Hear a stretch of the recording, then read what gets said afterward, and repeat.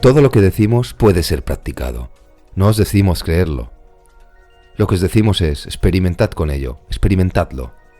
Y solo entonces, si lo sentís en vosotros mismos, confiad en ello. Y si no es así, no hace falta creer.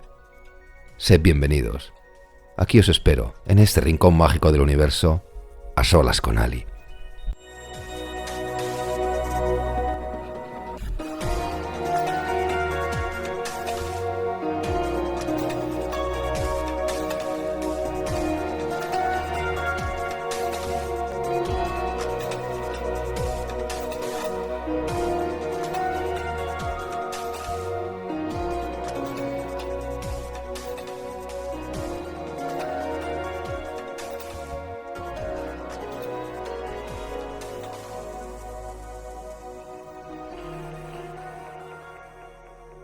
Hola a todos y bienvenidos de nuevo a, a un nuevo episodio de A Solas con Ali.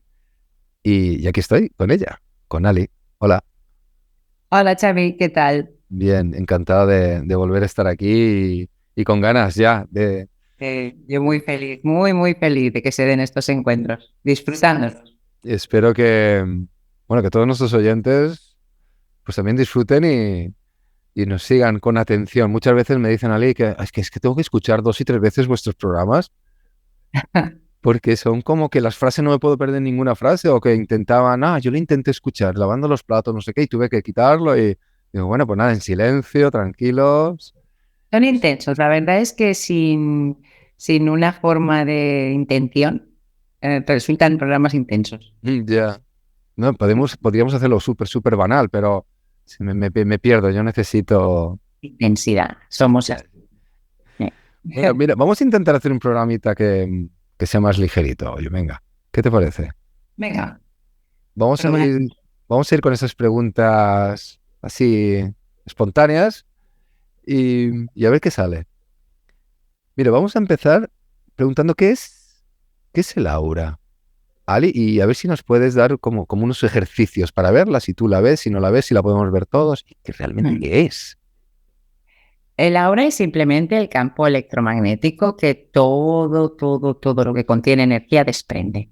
Es decir, ese campo electromagnético está en los objetos, en los animales, en la vegetación, en los humanos, en todo, en absolutamente todo, porque nosotros somos seres electroquímicos. Entonces, naturalmente, esa forma lo que genera es electromagnetismo.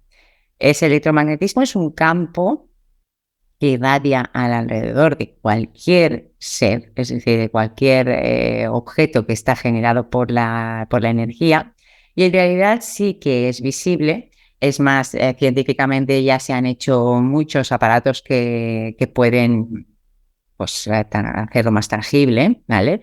Incluso visible, cámaras que han podido comprobar su existencia mediante esa forma de fotografía que ha marcado por puntos de calor, y eso ha provocado en sí que podamos entender que ese campo electromagnético contiene no solamente ese electromagnetismo natural que expide cada humano, ¿vale? Cada persona o cada ser en sí, sino que además confiere un campo de información muy importante, porque es aquel que no se controla desde nuestra parte consciente, es aquel que se emana directamente desde nuestro plexo.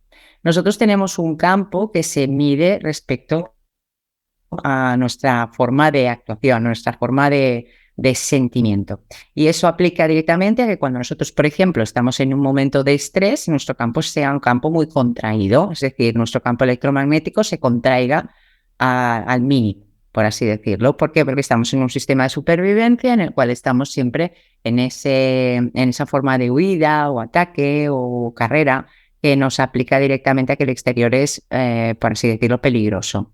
Eso lo que hace es que nuestro campo electromagnético contraiga al máximo. Sin embargo, cuando nosotros estamos en un sentimiento pleno, en un sentimiento de amor, en una forma de gratitud, en una forma de compasión, nuestro campo está exportándose desde nuestra frecuencia cardíaca. Y ahí nuestra frecuencia es de alto grado, es decir, se genera un campo electromagnético gigantesco.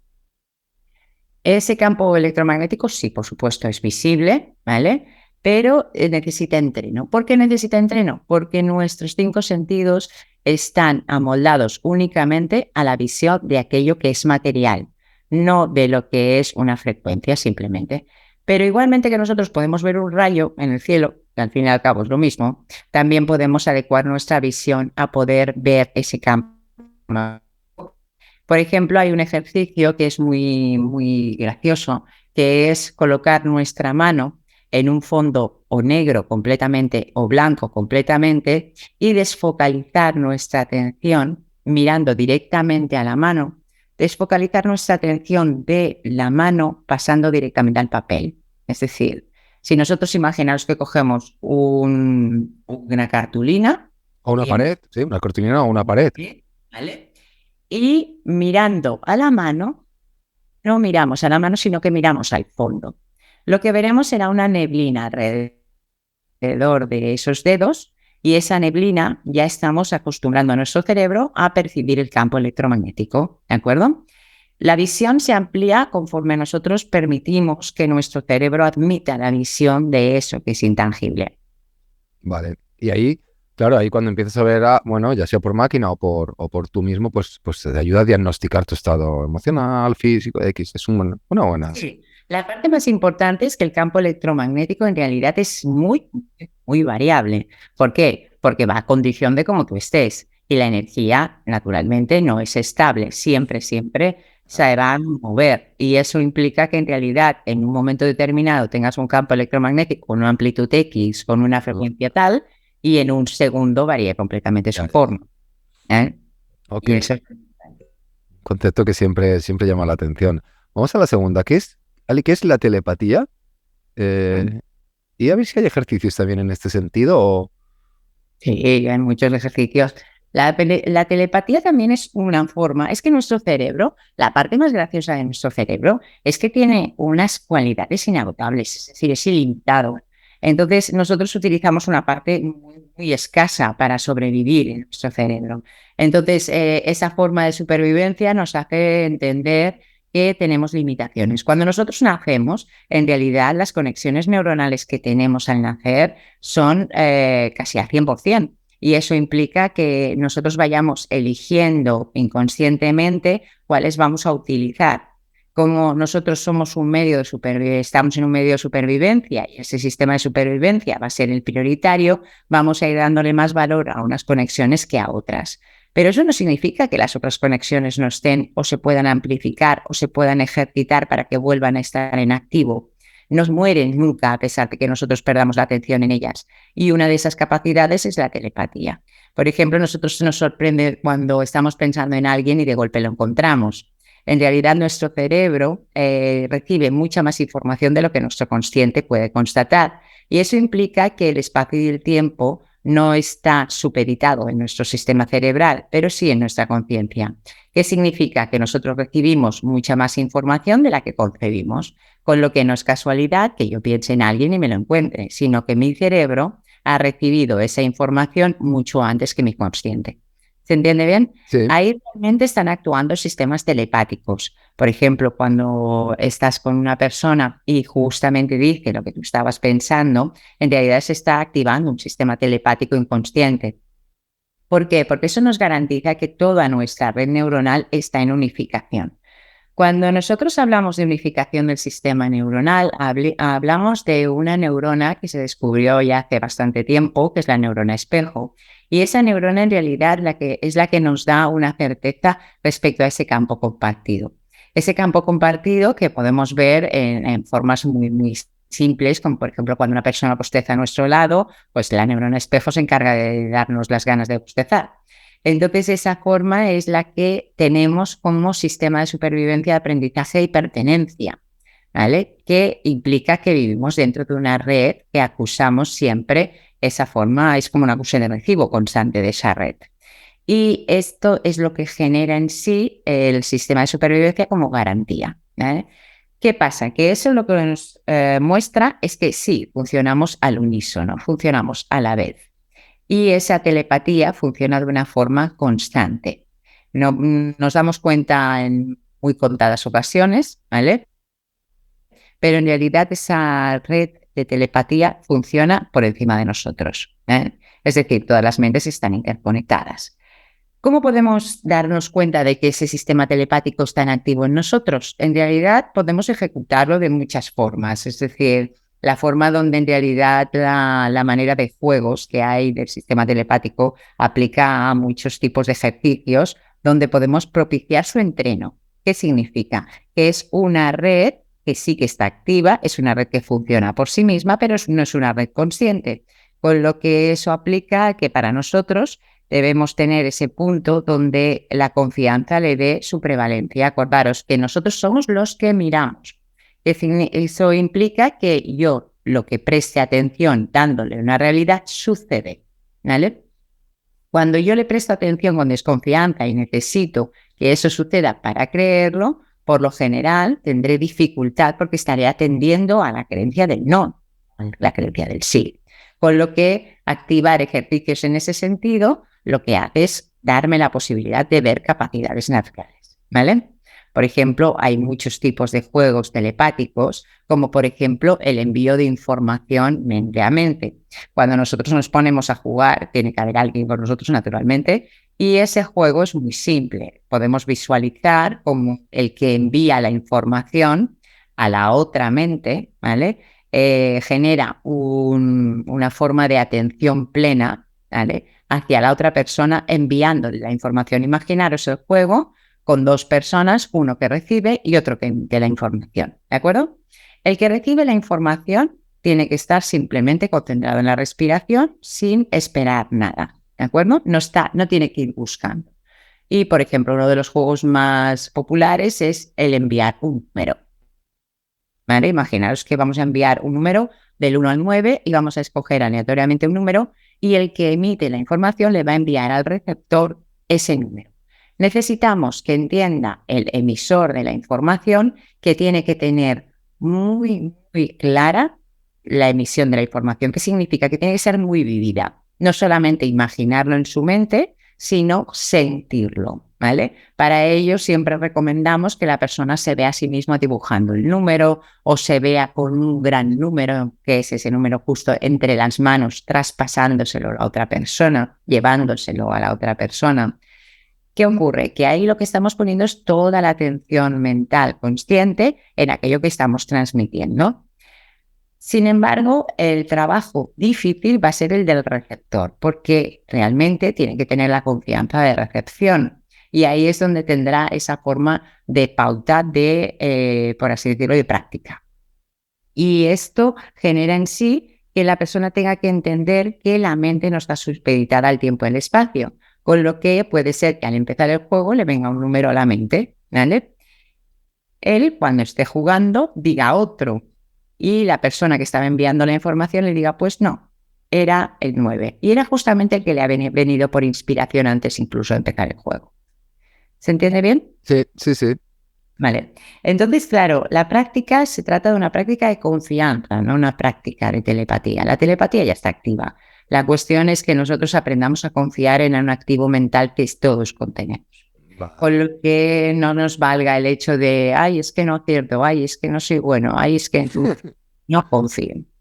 Ya, no confío, porque yo, además me llama la atención que Alicia es herramienta que utiliza en su trabajo diario, ¿no? Porque para canalizar, y a mí me llama la atención que me decía, mira, cuando haces telepatía tú conmigo, en sus cursos de aprender a canalizar, pues hace esos ejercicios y dice, yo os lo hago para que entendáis, por ejemplo, lo que es pues comunicar con un desencarnado la información, ¿no? Que es como muy plana, no noto nada. Esa telepatía, diferenciándola de la telepatía cuando yo canalizo con guías y maestros, que ahí sí que notas, ¿no? Y era... me acuerdo que lo dijiste un poco de pasada y a mí me llamó la atención diciendo, es que curioso, ¿no? El traspaso de información que es la telepatía. La telepatía, como te digo, es un uso habitual en nosotros, pero podemos ver una forma muy, por así decirlo, muy fría en la telepatía mental. ¿Por qué hacemos ejercicios en los cursos de canalización de los diferentes tipos de frecuencia donde nos movemos telepáticamente? Para que podamos observar dónde estamos conectando en cada momento y tengamos la confianza de esa conexión. Es decir, cuando nosotros estamos conectando con esas energías universales, lo que nos provoca es una serie de secuencias en nuestras emociones que son muy potentes en secuencias de bienestar, de plenitud, de amor. Eso es una frecuencia, me está provocando un estado. ¿Vale? Cuando estamos, por ejemplo, en una frecuencia mental, esa frecuencia será mucho más densa, con lo cual notaré como hay un cansancio incluso. ¿Vale? Incluso cansancio. Incluso cansancio. Por ejemplo, la telepatía genera un desgaste energético, la canalización procura un superávit energético. Vale, ya te entiendo. Vaya subidón, aquí voy volando. Oh, mira, estoy aquí medio cansado porque me he quedado fundido de enviarte números o de comunicarme con lo que sea. Claro, claro. Sí. Bueno, Ali, vamos a pasar a otro concepto, que es que a mí me llama mucho la atención. ¿Qué es para los maestros la falsa modestia? Muchas veces me lo he encontrado, ¿no? No, bueno, yo no. Aquí no, falsa modestia ya, fuera, la justa.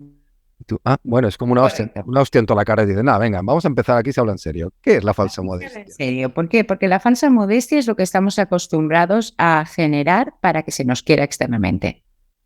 Yo no soy bueno, no soy suficiente, Bueno, un poquito.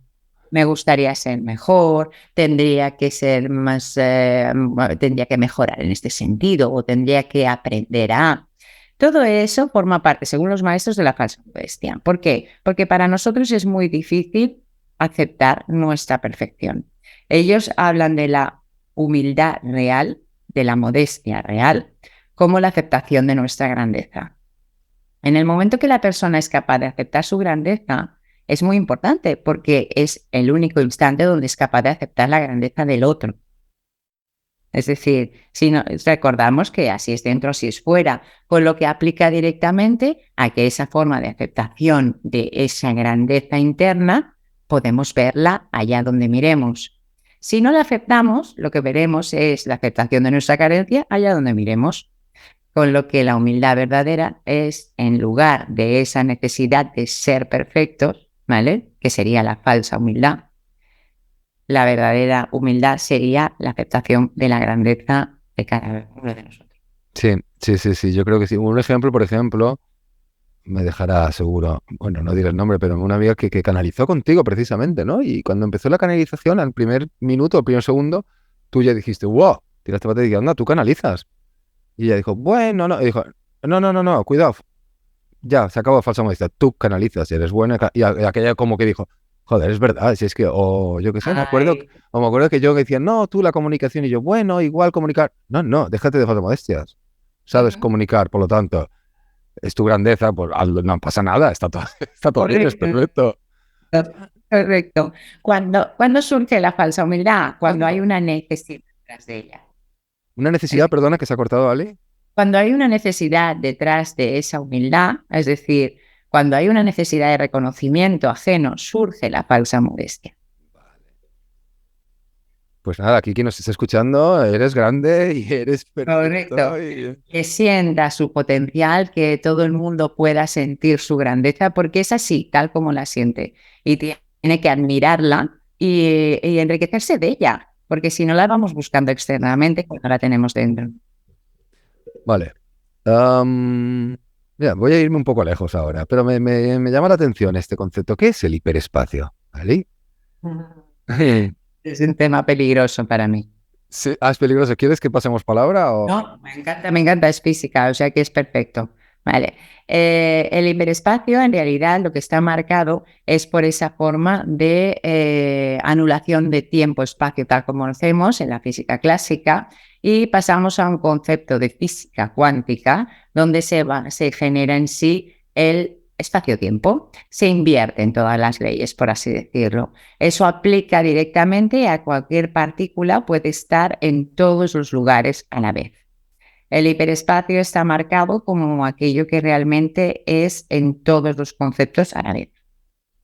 ¿Se entiende bien? Sí, y también te he hecho la pregunta para hacer un inciso, decir a los oyentes que tarde o temprano se están preparando programas solo de hablar de física cuántica, cómo relacionamos con la espiritualidad y con las energías, pues que Alicia está acostumbrada a trabajar, y así que lo sepan los oyentes que se está preparando. No es fácil porque es un campo que a mí me resulta muy difícil de entender, pero poco a poco, que lo sepáis. Pero es un campo que yo creo que es importante relacionar, porque en realidad, gracias a los avances que se han hecho en la física, podemos llegar a entender un mecanismo natural interno, ese mecanismo de la proyección, el mecanismo de la percepción, el mecanismo de la atención, todo eso que genera en sí esa forma de visibilidad de la materia. Es decir, nosotros vemos las cosas de una manera determinada porque todos contenemos la misma información. Si no contuviéramos esa información, no veríamos aquello que contenemos. Por ejemplo, si a una persona que está totalmente neutra, que no tiene ningún tipo de información inconsciente, le pusiéramos un vaso delante, no lo verían.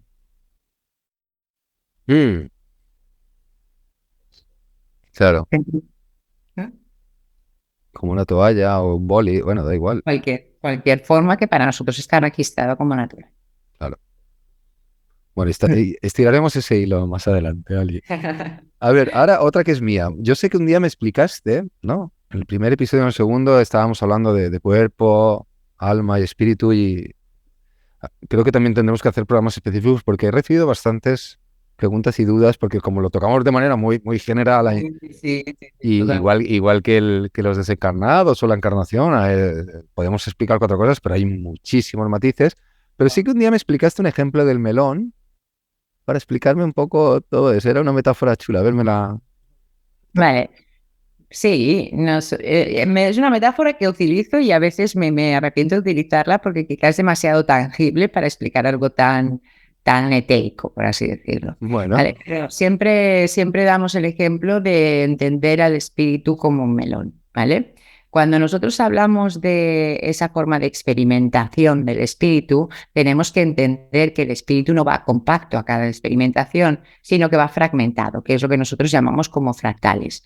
Esos fractales los marcaríamos como las tajadas de ese melón, ¿vale? Ese melón que es el espíritu se convierte en millones de tajadas que experimenta en ese hiperespacio, en esa multidimensionalidad, todo aquello que es experimentable, ¿vale? Con lo que nosotros, nuestro melón en sí, ¿vale? Puede ser un niño en la India, Xavi con un micro o un extraterrestre, da lo mismo, ¿vale? Entonces, ¿qué pasa? Que en realidad esa forma lo que hace es que cuando tenemos la experimentación asumida, regresamos al melón y el melón se expande, se hace más grande. ¿Se entiende bien? sí. Y así, bueno, y así continuamente, claro. Continuamente, no hay final. Vale. Y mira, otra pregunta que te quería hacer. Ali, la vibración. Es verdad que hemos hablado muchas veces y no sé, es un concepto que es muy importante para ti, pero a veces vibración, frecuencia, incluso algún físico amigo mío me ha dicho, uy, no acabo de pillarle a Ali cuando habla de vibración, frecuencia, que yo lo tengo de otra manera. ¿Qué es la Claro. vibración? Por ejemplo, nosotros dentro de la espiritualidad lo que marcamos la vibración es mediante el sistema de emocional, mediante el sistema de frecuencia cardíaca, ¿vale? Entonces, ¿qué ocurre? Nosotros emitiremos una vibración concreta. ¿Qué implica eso? Pues que nuestro campo electromagnético está en una vibración concreta, con lo cual da una frecuencia determinada. Es decir, imaginaros, por ejemplo, que estamos pues sintiendo amor, ¿vale? Estamos en una relación donde hay una grandísima amistad y siento un amor indisoluble hacia esa persona y esa persona me ha pedido ayuda, ¿vale? Lo primero que sentiré es esa forma de compasión, naturalmente. Eso va a emitir una vibración, ¿de acuerdo? Eso va a gestionarse en mi estado natural, provocándome estar en un tipo frecuencial concreto, ¿vale? ¿Se entiende bien así? Sí. Vale. Por eso lo desmarcamos de la forma de física en cuanto a vibración y frecuencia, porque nosotros lo aplicamos directamente al sistema emocional, por así decirlo, que está generado por un campo de pensamiento, un pensamiento inconsciente, ¿vale? Ellos tienen como esa tabla, ¿no? Esa tabla que hay en una torre eléctrica, después un microondas, y ellos hablan de esas. Correcto. ¿Sabes qué dibujito te digo? También, cuidado, es medible, con lo que la parte más bonita de esa capacidad de vibración, con lo que genera un frecuencial, ¿vale? Es medible a la hora de ver cómo está el estado de la persona. Por ejemplo, nosotros vemos que una persona en un estado de estrés genera una baja frecuencia y, es decir, su campo electromagnético está en contracción, y cuando estamos en una frecuencia cardíaca, en esas emociones que conocemos por plenitud, genera un estado frecuencial de expansión, ¿vale? Entonces nosotros lo determinamos con esa diferencia. Qué bonito, porque además al final siempre podemos ir encaminándonos a la salud, ya sea por la física cuántica, ya sea por lo que decías tú, del aura, de no aura, siempre es una Siempre mezcla. nos encaminaremos ya no a la salud física, sino a lo que produce esa salud física, que es el bienestar.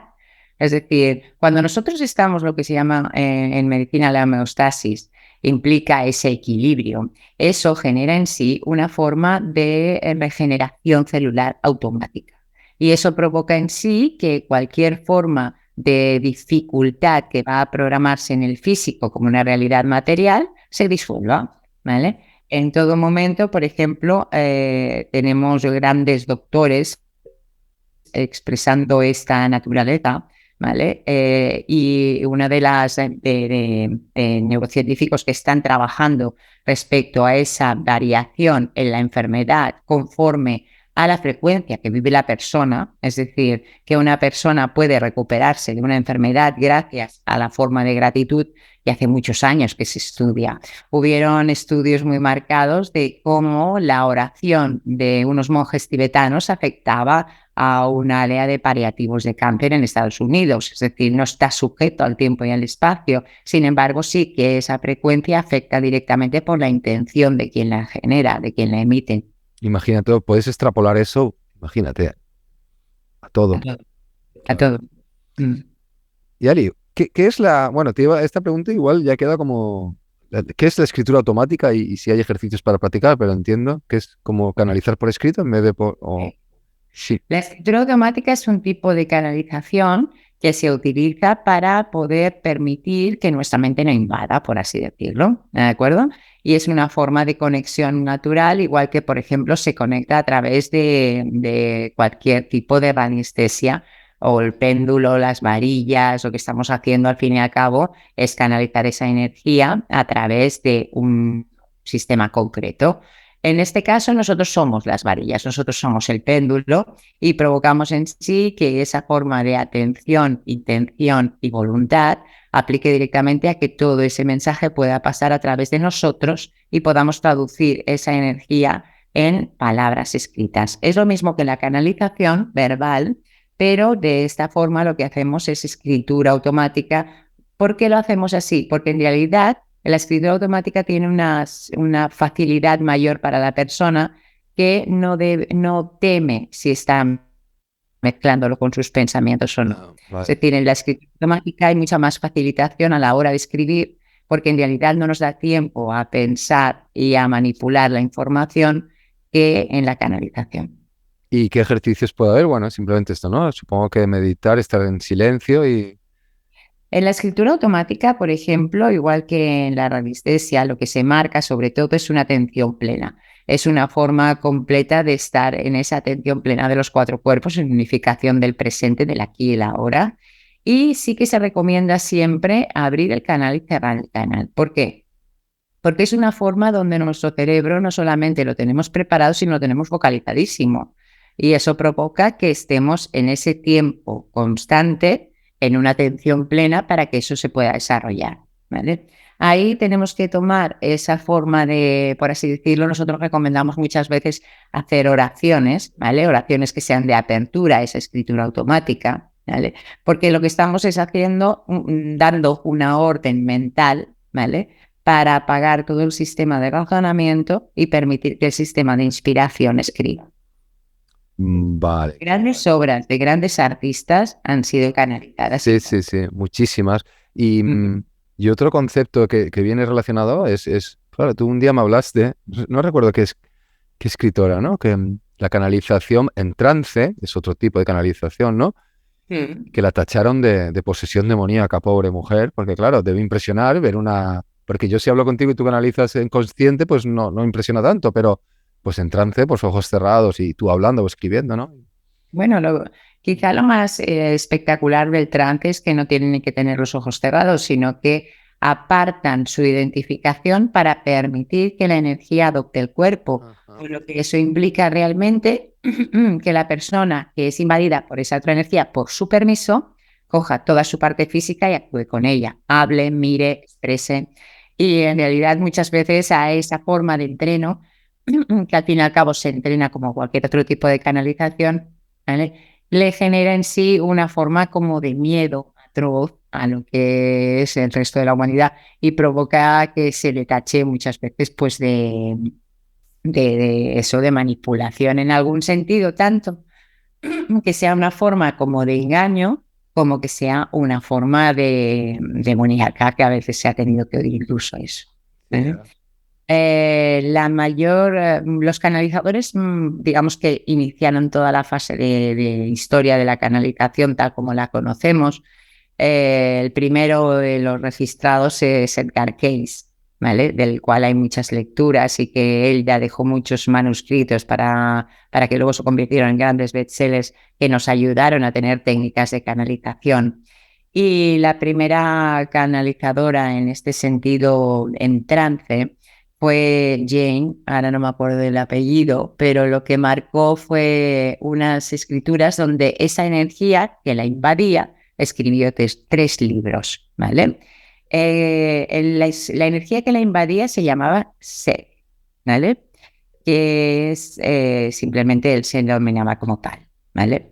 Y realmente es una forma donde él escribió a través de este canal, ¿vale?, 3 libros que realmente son, vamos, para poder, ¿cómo se dice esto?, para poder experimentar, porque en realidad estamos hablando de 1970 y pico, y todo lo que hablaba sobre la metafísica, sobre la forma de regeneración del humano, sobre la forma de la percepción, etcétera, etcétera, fueron muy fuera de lugar, por así decirlo, en aquella época.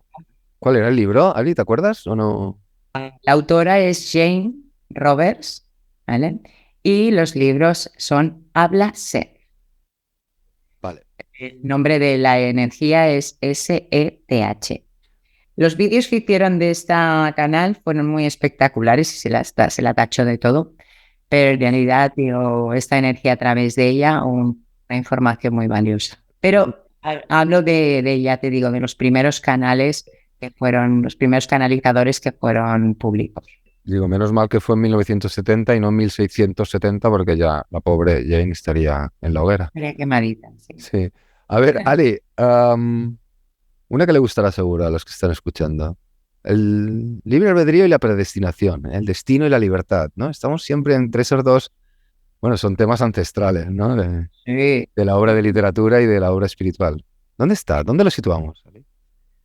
Lo situamos básicamente en que nosotros marcamos una pauta de experimentación. ¿Qué significa? Nuestra energía viene con una finalidad concreta y esa finalidad concreta va a depender de nuestro libre albedrío. ¿Qué significa? Que no está marcado nuestro destino, ni muchísimo menos, pero sí nuestra línea de vida para poder experimentar aquello que nuestra energía desea, ¿vale? Para ello, nosotros entramos en una familia concreta, entramos en una situación concreta, en una línea de vida concreta, con una herencia concreta. Eso realmente forma parte de algo que está elegido dentro de esa tajada de melón, ¿vale? Y eso provoca en sí que tengamos una experimentación en esa línea, pero esa experimentación es completamente libre. Cuando te refieres a libre albedrío y la predestinación, perdona que te interrumpa, Ale, pero yo te voy a contar una historia ahora a ti, si te parece. Perfecto. ¿Vale? Y tiene algo que ver con algo que tú me dijiste un día, ¿no? De qué es el ángel custodio, ¿no? La historia es real porque es experimentación, porque es de mi familia, es de mi padre, ¿no? Que la vivió él. Olé. Mi padre en enero de 1972, el 7 de enero, ¿no? Mi padre volaba de Suiza a Madrid con un avión porque venía de ver un conocido en Suiza. No conocía a mi madre todavía, aunque sí que ya estaba destinado aquí en Mallorca. Y tenían un vuelo abierto de Iberia, ¿no? De kilómetros abierto. Y fue a Madrid pues estaba de vacaciones y en Navidades y fue a ver a un amigo suyo, ¿no? A Madrid. Y estuvo 2 días en casa de este amigo. Pues cuando salió ese 7 de enero, ¿no? En 7 o 8 de enero. Es importante la fecha, ya sabrán por qué. Él sale de la casa y le dice a su amigo, mira, me voy a ir a Valladolid, que está mi madre, que mi hermana acaba de tener un hijo, ¿no? Era mi abuela y mi tía habían tenido una segunda hija. Iré a verlas porque están ahí. Cogeré un tren y me iré. Ah, vale, pues ya, llama cuando llegues. En cuanto se sube al taxi, mi padre le dice al taxista, no, ¿sabe qué? Vamos al aeropuerto, me voy a ir a Ibiza. Voy a puntazo, voy a ir a Ibiza, voy a conocer Ibiza. Bueno, y el taxista, vale, pues no vamos a la estación de Madrid y se van al aeropuerto. Entonces llega al aeropuerto mi padre y se va a la ventanita a coger el Ibiza, el vuelo a Ibiza, ¿no? Entonces cuando está ahí en la ventanita con la mujer de Iberia, que le estaba trabajando el pasaje, mira hacia arriba y ve que pone un cartelito, este vuelo hace escala en Valencia. Mi padre es valenciano, ¿eh? Tiene ahí todo tenía en esos momentos, pues todavía hacía solo 1 año, no, 3 años que vivía destinado con la Telefónica en Mallorca. Y claro, ve el cartel y piensa eso en tu web. Y le dice a la chica, no, me voy hace escala en Valencia, yo me voy a parar en Valencia, no me voy a ir a Ibiza.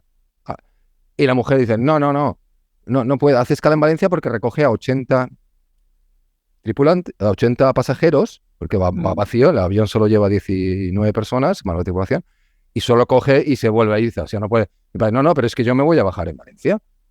Y aquella mujer decía, no, pero es que, bueno, pues yo me voy a bajar. Entonces ya aquella mujer piensa, bueno, aquí va a montar un pollo de cuando llega a Valencia, y bueno, pues le arreglo, pues baje usted y subirán los otros 80 y se irán a Ibiza. Vale. Mi padre, pues eso, está en la cola del avión y sube. Y también le llama la atención que en la cola del avión viene un hombre a la mujer que tiene delante y no sé qué le dice y se la lleva. Debió pasar algo y no subió al avión en Madrid. Pero mi padre sí que subió, ¿no? Y subió al avión y cuando se abrocha el cinturón y coge la revisita típica de Iberia, estamos hablando del 72, un hombre, un trotamundos, un tío muy terrenal y muy de la vida, ¿no? Pues en ese momento mi padre ve una imagen clarísima, como si la viese ahora mismo, que era una imagen de humo negro y fuego, ¿no? Una explosión, claramente. Y en ese momento él sabe que esa explosión y ese fuego, eso me lo contó un día y no se lo había contado a nadie y no le dio la más mínima importancia. Sabía que era ese avión y que ese avión explotaba y que morían todos los que estaban ahí, claro, porque Pero claro, en ese momento tenía 2 opciones, ¿no? O entro en pánico, grito y aquí la monto tal, o bueno, y lo que hizo fue lo segundo, quítate esto de la cabeza, por favor, había viajado 1000 veces en avión, hacían la 1000 y porque estaba Valencia y Mayor, y quítatelo de la cabeza, por Dios, quítatelo, venga, bajó las pulsaciones y se como olvidó de aquello, ¿no? Nada, el avión llegó a Valencia y bajó él y subieron los 80 pasajeros, ¿no? Entonces ya él bajó el avión. Ese avión al final llevaban creo que eran 108 entre los que subieron. Ese avión media hora después se estrelló contra las montañas en Serra d'Alt de Setalaya de Ibiza y murieron los 108 en el accidente de aviación española en aquel momento, ese 8 de enero de 1972, más grande de la historia. Vale, mi padre había bajado del avión y como aquello no era como ahora, tan rápido, tal, pues nada, estaba por ahí, llamó por teléfono a este amigo suyo, le dijo, oye, mira, que al final no me cogí el tren a Valladolid, me cogí el avión a Ibiza y me paré en Valencia. Y aquel le dijo, ¿cómo que te has cogido el avión a Ibiza? ¿Qué es esto? Han muerto todos. Claro, mi padre en ese momento... ¡Wow! Y el de al lado había otro teléfono, un hombre que había perdido el vuelo, que había llegado tarde a Valencia y lo había perdido. Y claro, y en el momento también por teléfono le estaban diciendo la misma información, me imagino que mi padre, oye, he perdido el vuelo, bueno, pues lo has perdido, pues te has salvado. Entonces ellos dos se fueron de copas, en ese momento se conocieron y dijeron, bueno, y si fueron de copas toda la noche sin conocerse, no volvieron. Naturalmente. ¿No? Y entonces él me dijo, yo me tomé no sé cuántas cubatas y copas y fue como si no hubiese bebido nada, como si hubiese agua. O sea, su cuerpo no... Y era un detalle que también le llamaba la atención, ¿no? Pero es que además, ese tren que en teoría tenía que haber cogido de Madrid a Valladolid descarrió con muchos heridos. Entonces, yo estoy seguro que si a mi padre algún día le dicen, oye, ¿cuál es el día más raro de tu vida? Seguro que ese. Y bueno, fuera bromas porque fue una tragedia muy grande, pero una vez, creo que te lo comenté, ¿no? O no sé si te suena, pero me dijiste, eso es el ángel custodio, ¿no? Esa información, pero claro, yo no te había comentado, esa imagen que le llega de fuego y esa información brutal, que aunque ya había tomado la decisión porque había visto el cartelito, que también le había subido la cabeza, Imagínate que nos sube la cabeza y él se va a Ibiza. ¿No? Ahí hay una serie de mensajes y de señales y y entiendo que un pliegue de espacio-tiempo, porque ves una explosión, ves un fuego en imagen que no ha ocurrido todavía, pero que en el fondo sabes que eso... En realidad está ocurriendo. Esa es la diferencia. Es decir, la parte más importante cuando nosotros llegamos al entendimiento de cómo funciona nuestro sistema consciente, entendemos que hay una línea de espacio-tiempo que nos marca una forma de orden a la hora de tener los acontecimientos vitales. Sin embargo, todos los acontecimientos vitales, activos, pasados o futuros, están en el presente, están sucediendo en este momento. Para nosotros somos los que recorremos el camino a ellos. Sin embargo, ellos están sucediendo en todo momento con nosotros. Entonces, claro, la dificultad que hay muchas veces en entender qué es la libertad y qué es el destino aplica directamente a que entendamos lo que es esa forma de ángel custodio, puesto entre comillas, porque al fin y al cabo es una forma de canal activo también en nuestro cerebro. ¿Qué pasa? Que en realidad esa línea de energía vital nos va a marcar lo que tenemos que vivir cuando está marcado en nuestra línea, es decir, cuando está en nuestra opción, ¿de acuerdo? Los 108 que tuvieron que fallecer, naturalmente, tenían en su línea el día de fallecimiento. La información que hay en nuestra línea de vida es la información necesaria completamente o por intrínseca a la experimentación. El día de entrada, el día de partida. Quizá hay veces que tenemos inscritos los hijos porque tenemos una experiencia concreta que vivir con ellos. Hay veces que tenemos inscrita una persona concreta con la que nos vamos a encontrar y hay veces que tenemos en cualquier tontería que nos va a exaltar, ¿de acuerdo? A partir de ahí, a partir de esas formas, lo que tendremos siempre será nuestra capacidad de decisión. Por eso se le da tanta importancia a la libertad, ¿de acuerdo? ¿Qué ocurre? Esa forma de libertad aplica a que yo sea consciente de toda la amalgama de opciones que hay. Por ejemplo, en tu relato lo explicas muy bien respecto a tu padre. Él tenía toda la amalgama de opciones. No le afectó la visión del fuego. Sin embargo, instintivamente optó. Y optó aquello que le pedía el cuerpo, que no era irse en tren ni irse con el avión hasta Ibiza. Eso es una marca que en realidad ese canal de una forma indirecta, ¿vale?, pasa toda esa información a nuestra forma de escucha interna. Y es curioso ahí, ¿eh? Sí, creo que se entiende, es complejo, pero también he contado la historia en relación al ángel custodio, que es este canalón, ¿no? Entiendo que se abre y llega una información. Esa explosión que vio, ese cartel que vio que hacía parada en Valencia, esa sensación de que yo me quiero bajar en Valencia, cuando hacía un momento había cambiado de opinión de Ibiza X, todo eso, libre albedrío, destino, creo que el libre albedrío es las variables y todas las posibilidades que tú puedes elegir y un destino es una cosa como puntual, son 4 cositas en tu vida que hay destinadas y poco más, lo demás es todo libre. Y poco más, correcto. Imagínate, por ejemplo, en libre albedrío en el sentido de que tu padre ve, voy a tomar a tu padre como ejemplo, ¿vale? Claro. Tu padre ve ese cartel de Valencia, ¿vale?, y siente que quiere pararse en Valencia. Su instinto ya le está marcando que tiene que pararse en Valencia. Sin embargo, su mente puede propiciar que la azafata venga y le diga, oiga, es que no se puede bajar en Valencia, y él sea condescendiente y no se baje. Tiene toda la libertad, ¿de acuerdo? Pero él eligió ser cabezón y él eligió bajo Valencia. Y la elección de Ibiza... Eligió aquello que había sentido. Libre albedrío. Con lo cual, eso que está marcado por ese destino, por así decirlo, él lo vive. Bueno, yo creo que intensito al final. Al final intensito, no hay forma de que hagamos un programa solo. Aparte, es una historia maravillosa de la que tiene que estar orgulloso y lamentando mucho todas las pérdidas que hubo en ese día, tanto de la explosión del avión como del descarrilamiento del tren. En realidad es una forma de poder ver que la vida es incertidumbre constante y que lo único que necesitamos es hacernos caso interiormente.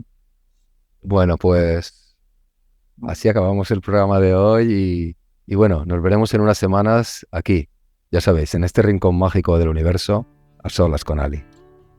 Muchísimas gracias a todos y gracias siempre a ti, Xavi. Gracias por darle al play y ya sabéis que podéis encontrarnos en todos nuestros canales, Instagram, YouTube, iVoox y Spotify. Gracias por estar ahí.